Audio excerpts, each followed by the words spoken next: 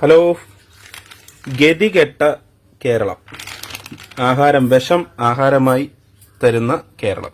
എന്തിനാണിങ്ങനെ ഒരു വിഷാംശമായ ആഹാരങ്ങൾ കഴിപ്പിച്ച് ആൾക്കാരെ കൊന്ന് ഇവിടുത്തെ ജനസംഖ്യ കുറയ്ക്കാൻ വേണ്ടിയിട്ടാണോ, അല്ലെങ്കിൽ ഹോസ്പിറ്റലുകൾക്ക് കൂടുതൽ വരുമാനം നേടിക്കൊടുക്കാനാണോ ഇങ്ങനെയുള്ള ദ്രോഹികൾ ശരിക്കും പറഞ്ഞ ബിസിനസ് ചെയ്യുന്നതെന്ന് എനിക്ക് മനസ്സിലാവുന്നില്ല. കാരണം എടാ പുല്ലേ, 20 രൂപ വിലയുള്ള ഉപ്പിനകത്ത് വരെ മായം ചേർക്കുന്നുണ്ടെങ്കിൽ എന്താണ് നിന്റെ പ്രശ്നം? 20 രൂപ ഒരു കസ്റ്റമറിന്റെ നിന്ന് മേടിക്കുന്ന ഉപ്പ്. ഈ ഉപ്പ് ഞാൻ ഇതുവരെ സ്പ്രിങ്കിള് അല്ലെങ്കിൽ ആശീർവാദ് അങ്ങനെയൊക്കെയുള്ള, പിന്നെ ഒരു ഉപ്പും കൂടെ ഉണ്ട്, എന്താണ് ആ ഉപ്പിന്റെ ബന്ധരി, സ്പ്രിങ്കിള്, ആശീർവാദ് അങ്ങനെയൊക്കെയുള്ള ഉപ്പുകളാണ് ഞങ്ങൾ മേടിച്ചോണ്ടിരുന്നത്. ഇപ്പൊ പുതിയ പുതിയ കമ്പനികൾ വരാൻ തുടങ്ങിയപ്പം കൂടുതൽ ലാഭം കിട്ടുന്ന ഉപ്പുകളെ കടക്കാരെടുത്ത് വെക്കാൻ തുടങ്ങി. കടക്കാരെന്ന് പറഞ്ഞാൽ ലാഭമാണല്ലോ നോക്കുന്നത്. ഇതുണ്ടോ, ഇതൊരു പുതിയ ഉപ്പാണ്, പവിഴം, അരിക്കാർ പവിഴം, പവിഴത്തിന്റെ ആണെന്ന് തോന്നുന്നു, പവിഴം റൈസിന്റെ ഒക്കെ ഉപ്പാണെന്ന് തോന്നുന്നു. പക്ഷെ ഈ ഉപ്പ് ഞങ്ങൾ വെള്ളത്തിലിട്ടൊന്ന് കലക്കി, കണ്ടോണം. സാധാരണ ഉപ്പ് കലക്കുമ്പോൾ ഫുള്ളായിട്ട് കലങ്ങി പോകും. നമുക്കൊരു നല്ലൊരു രസകരമായ ഒരു സംഭവം കാണാം. ഈ ഉപ്പ് കലങ്ങി കഴിയുമ്പോൾ ഇതിനകത്ത് ലാസ്റ്റ് കിട്ടുന്ന സാധനം നിങ്ങൾ കണ്ടോണം. എന്തിനാണ് ഇത് ചെയ്യുന്നതെന്ന് എനിക്കറിയില്ല. ഞാനിതുവരെ കണ്ടിട്ടില്ല. ഒരു ഉപ്പും കലക്കിയിട്ടും എനിക്ക് ലാസ്റ്റ് കുമ്മായം കിട്ടിയിട്ടില്ല. കുമ്മായമാണോ വെള്ളപ്പൊടിയാണോ എന്താണിത്? ഇതെന്ത് സാധനമാണ് എനിക്ക് മനസ്സിലാവുന്നില്ല.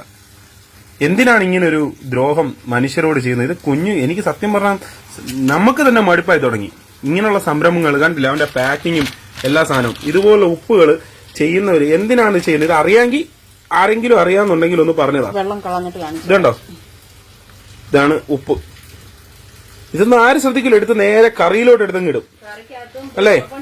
എന്തിനാണ് 20 രൂപ വിലയുള്ള ഉപ്പ്? അവന് ഇതുണ്ടോ, ഇങ്ങനെ കിടക്കുന്നത്, ഇതാണ് സാധനം. എന്തിനാണ് ഇങ്ങനെ ചെയ്യുന്നത്? മനുഷ്യനെ എന്തിനാണ് ഇങ്ങനെ കൊല്ലുന്നത്? എന്താണ് ഇതുകൊണ്ടുള്ള അവനുള്ള ഗുണം? എന്താണ് ഉപ്പിനകത്ത്? അല്ലെങ്കിൽ ഇത് ഉപ്പിനകത്ത് എന്ത് മായം ചേർക്കാനാണ്? അപ്പൊ അതുകൊണ്ട് ഇതൊന്നും പറഞ്ഞാൽ ആരും ഒന്നും ഇവിടെ സംഭവിക്കാൻ പോണില്ല. ഇതൊന്നും മാറാനും പോണില്ല. പിന്നെ ശ്രദ്ധിച്ചാ നിങ്ങൾക്ക് കൊള്ളാം. ഇത് എന്ത് സാധനമാണെന്ന് ഞങ്ങൾക്ക് അറിയില്ല.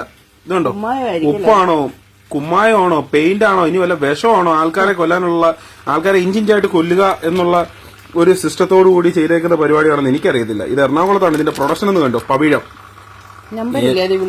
വിളിച്ചിട്ട് അത് ഞാൻ ഇത് കളയല്ലേ, 2-3 ഫോട്ടോ എടുത്തിട്ട് അയച്ച് ചോദിച്ചു നോക്കാം എന്താ സംഭവം, അവർക്ക് എന്താ പറയാനുള്ളതെന്ന് വിളിച്ചു നോക്കാം. കസ്റ്റമർ കെയർ നമ്പറിൽ അവർ റിപ്ലൈ ചെയ്യുന്നുണ്ടോ നോക്കാം. ഇതിന്നും ചോദിക്കാൻ ഒരു ഫുഡ് ആൻഡ് സേഫ്റ്റിക്കാരും ഇല്ല, ഹെൽത്തുകാരും ഇല്ല, സ്ക്വാഡില്ല, ഒന്നുമില്ല. ഏതെങ്കിലും പാവപ്പെട്ടവൻ എവിടെയെങ്കിലും ഒരു ചെറിയൊരു ചായക്കട ഇട്ടാലോ, റോഡ് സൈഡിൽ പാവപ്പെട്ടവൻ ജീവിക്കാൻ വേണ്ടി എന്തെങ്കിലും ഒരു സ്നാക്സിന്റെ പരിപാടി തുടങ്ങി അവിടെ ചെല്ലും. ആ സർട്ടിഫിക്കറ്റ്, ഈ സർട്ടിഫിക്കറ്റ്, അങ്ങനെ ഇങ്ങനെ എന്ന് പറഞ്ഞുകൊണ്ട് അവനെ പൂട്ടിപ്പിക്കാനും ലക്ഷങ്ങൾ അവരോട് 10,000 പെറ്റിയടപ്പിക്കാനും ആ പാവങ്ങളുടെ ജീവിതം നശിപ്പിക്കാനും. ഇതുപോലുള്ള വൻകിട കമ്പനിക്കാരോ ഇതുപോലെ പാക്ക് ചെയ്ത് വരുന്ന ഫുഡുകളിലെ വിവരങ്ങൾ അന്വേഷിക്കാൻ ഇവിടെ ഒരു അധികാരികളും ഇല്ല. ഇതൊന്നും നേരെ ആവാനും പോണില്ല, നേരെ ആവേം വേണ്ട. എങ്ങനെന്ന് ചായക്കൂ, ആരും ചോദിക്കാൻ വേണ്ട, പറയാൻ വേണ്ട. എല്ലാവരും എന്തെങ്കിലുമൊക്കെ വാങ്ങിച്ച് അങ്ങോട്ട് പാചകം ചെയ്ത് കഴിച്ച് ഹോസ്പിറ്റലുകളും കയറി ഇറങ്ങി നടന്നു. ഇത് നിർമ്മൽ അയഡൈസ്ഡ് ഉപ്പ്. സംഭവം എന്താണെന്ന് വെച്ചാൽ ഇപ്പൊ പവിഴത്തിനകത്ത് ആദ്യം എടുത്ത പവിഴത്തിന്റെ പറഞ്ഞി, ആ പവിഴം പറഞ്ഞത്. അപ്പം പവിഴത്തിന്റെ അകത്ത് കണ്ട മായം കണ്ടതിന്റെ പേരിൽ കുമ്മായമാണോ, ഇനി അവര് നമുക്ക് ജനങ്ങൾക്ക് ആരോഗ്യം ഉണ്ടാവുള്ള എന്തെങ്കിലും സാധനം ചേർത്താണോ എന്നുള്ളൊരു ഡൗട്ട് കാരണം ഞങ്ങൾ നിർമ്മൽ എന്ന് പറയുന്ന ഒരു ഉപ്പും കൂടെ മേടിച്ചു. ബാച്ച് നമ്പർ എല്ലാം പുതിയതാണ്. അപ്പൊ ഇത് നമുക്കൊന്ന് കലക്കി നോക്കാം. ഇപ്പൊ ഇത് കണ്ട പോലെ, പവിഴത്തിൽ കണ്ട പോലുള്ള മഹാ അത്ഭുതം ഇതിലുണ്ടാവുമെന്ന് നമുക്ക് ചെക്ക് ചെയ്ത് നോക്കാം. ഞാനല്ലോ പാത്രം, വെള്ളം,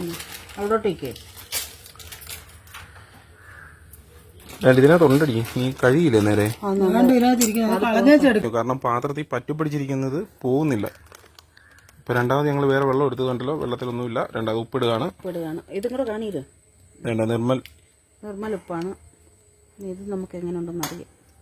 കുറച്ചുകൂടെ ഇട്ടോ, മതി. കയ്യിൽ ഉപ്പിന്റെ ഇല്ല, കണ്ടോ, ഇത് വെള്ളത്തിൽ കലങ്ങുന്നുണ്ട്. ഇതിനകത്ത് വേറെ ഒരു പ്രശ്നവും നമ്മൾ കാണുന്നില്ല. വെള്ളത്തിൽ അലിഞ്ഞു വരുന്നുണ്ട്. ഇതിനകത്ത് വെള്ള മിനറൽസോ അല്ലെങ്കിൽ എന്താ പറയാ കുമ്മായോ അല്ലെങ്കിൽ എന്താണോ, എന്ത് വിഷമാണോ, ഒന്നും ഇതിനകത്തില്ല. ഇത് ഫുള്ളായിട്ട് ഡൈല്യൂട്ട് ആയിട്ടുണ്ട് വെള്ളത്തിൽ. ഇച്ചിരി കൂടിട്ടെ, അതിലൊരു വൈറ്റ് കളർ കാണുന്നുണ്ട്. നമുക്ക് ടെസ്റ്റ് ചെയ്യാം.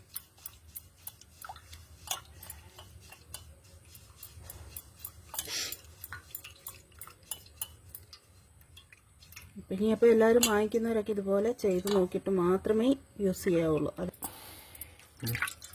കുഴപ്പമില്ല. ഒന്നുണ്ടോ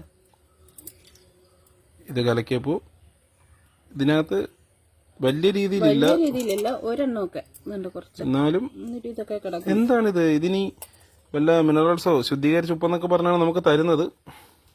പിന്നെ ഉപ്പല്ലേ ആര് ശ്രദ്ധിക്കാൻ? കാരണം എടുത്ത് നേരെ പാക്കറ്റിൽ നിന്ന് എടുത്ത് നേരെ കറിയിലോട്ടങ്ങ് ഇടുവല്ലയോ.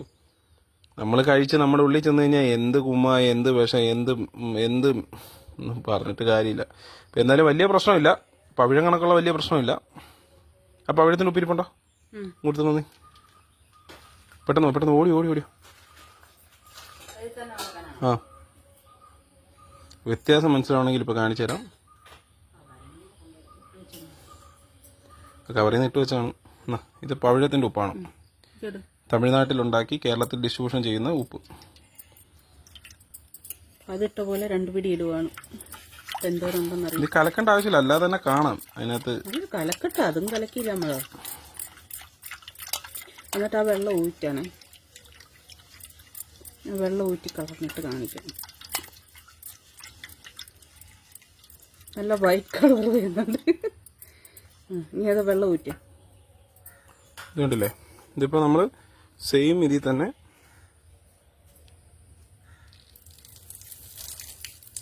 ഞാൻ പവിഴ ഉപ്പിൻ്റെ കസ്റ്റമർ കെയർ നമ്പർ വിളിച്ച് നോക്കി. ടോൾ ഫ്രീ നമ്പറൊക്കെ ഉണ്ട്, ഇംഗ്ലീഷ് പറയാം, ഹിന്ദി പറയാം, വലിയ സെറ്റപ്പൊക്കെയാണ്. പക്ഷേ ഇത് തമിഴ്നാട്ടിലാണ് പ്രൊഡക്ഷൻ. അവരൊന്ന് റിപ്ലൈ ചെയ്യുകയോ തിരിച്ച് വിളിക്കുകയോ ഒന്നും ചെയ്തിട്ടില്ല.